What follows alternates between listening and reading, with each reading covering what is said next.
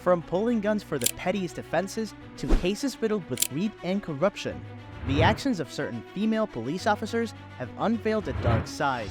These incidents serve as a stark reminder that abuse of power knows no gender boundaries. It's an unfortunate truth that bad individuals exist within every profession, including law enforcement. Today, we delve into the disturbing world of some of the most egregious cases involving female cops and the shocking deeds they have committed. Prepare to explore the unsettling reality of those who have tarnished the badge as we shed light on their actions and their impact.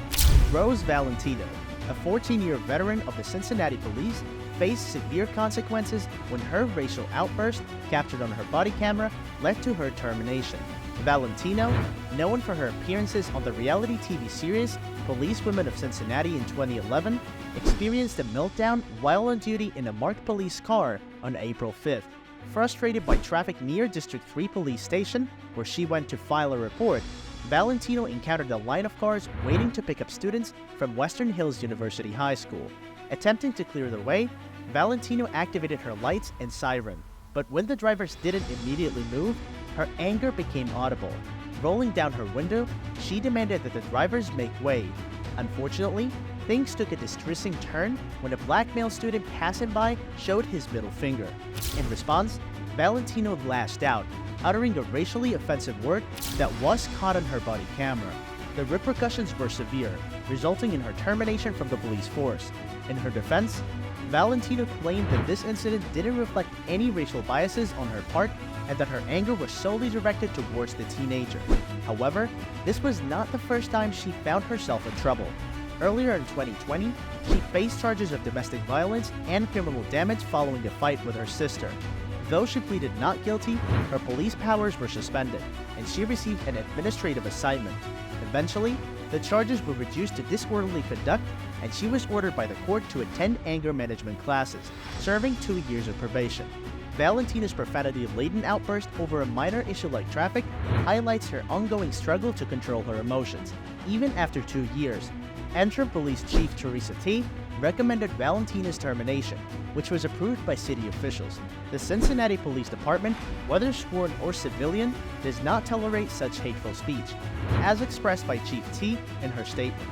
This incident serves as a stark reminder that individuals working in law enforcement must exercise professionalism, maintain control over their emotions, and refrain from engaging in discriminatory behavior or language. Megan Hall. A shocking scandal has sent shockwaves through the small town of Laverne, Tennessee. Let's dive into the story of Megan Hall, a patrol officer from the Laverne Police Department, and the scandalous escapades that led to her dismissal, along with 4 other officers. On and off duty, Megan engaged in steamy encounters with her fellow officers, including Juan Lugo Perez, Lewis Powell, Seneca Shields, and Sergeant Henry Ty McGowan. The investigation began when Mayor Jason Call received a tip about Megan's affairs, unraveling a series of jaw-dropping revelations. Patrick Mayoko was the first to admit to multiple sexual encounters with Megan. He even shared a surprising detail. Megan had kissed his wife Amy after learning about their open marriage.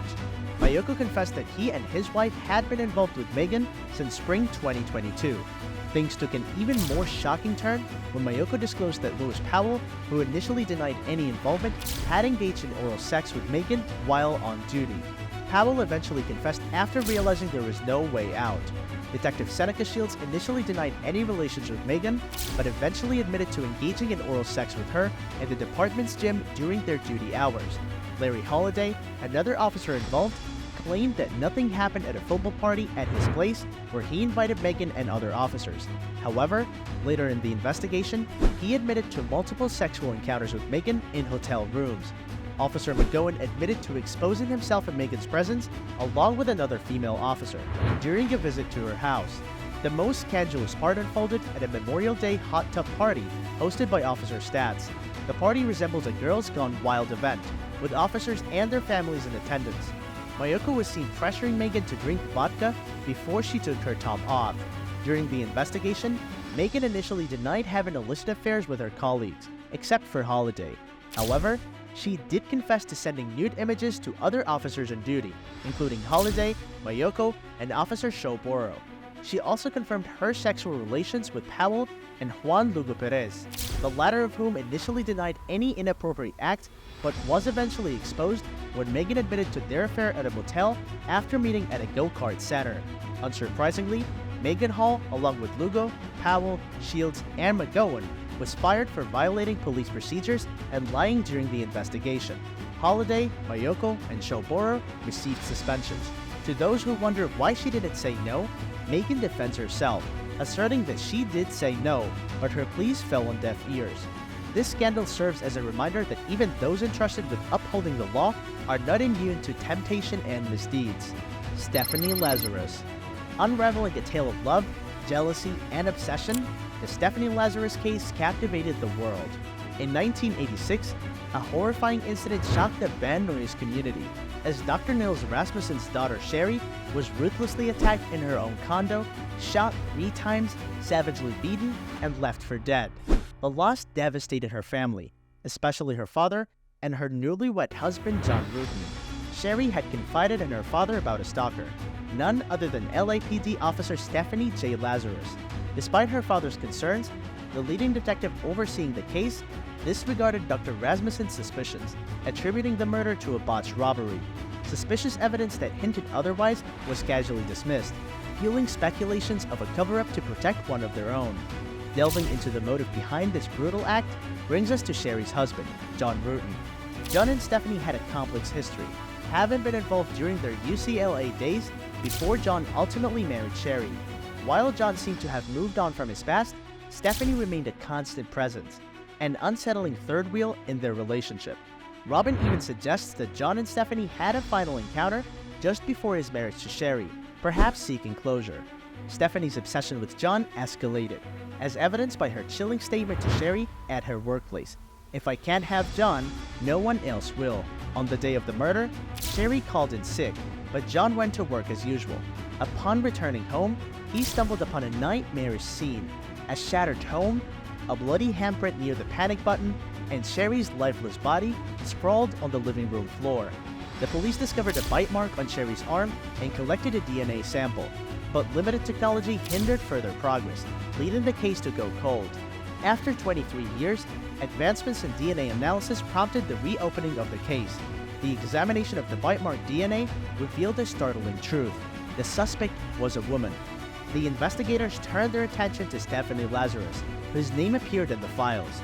In May 2009, they obtained a discarded coffee cup with Lazarus's saliva for a conclusive match. Stephanie was subsequently interrogated, booked, and brought to trial. During the trial, prosecutors argued that Lazarus's actions were driven by jealousy upon learning of John's marriage to Sherry. The court, under the guidance of Superior Court Judge Robert Perry, delivered justice by sentencing Lazarus to 25 years to life for first-degree murder, with an additional 2 years for personal use of a firearm. The long-awaited resolution provided solace to the Rasmussen family, marking the end of a 2-decade-old case. This gripping story serves as a reminder that corruption knows no gender boundaries. While we often view the police as our protectors, there are instances where they become the perpetrators. Let us know your thoughts on these female officers in the comments below, as these cases underscores the importance of accountability and the pursuit of justice. Thanks for watching.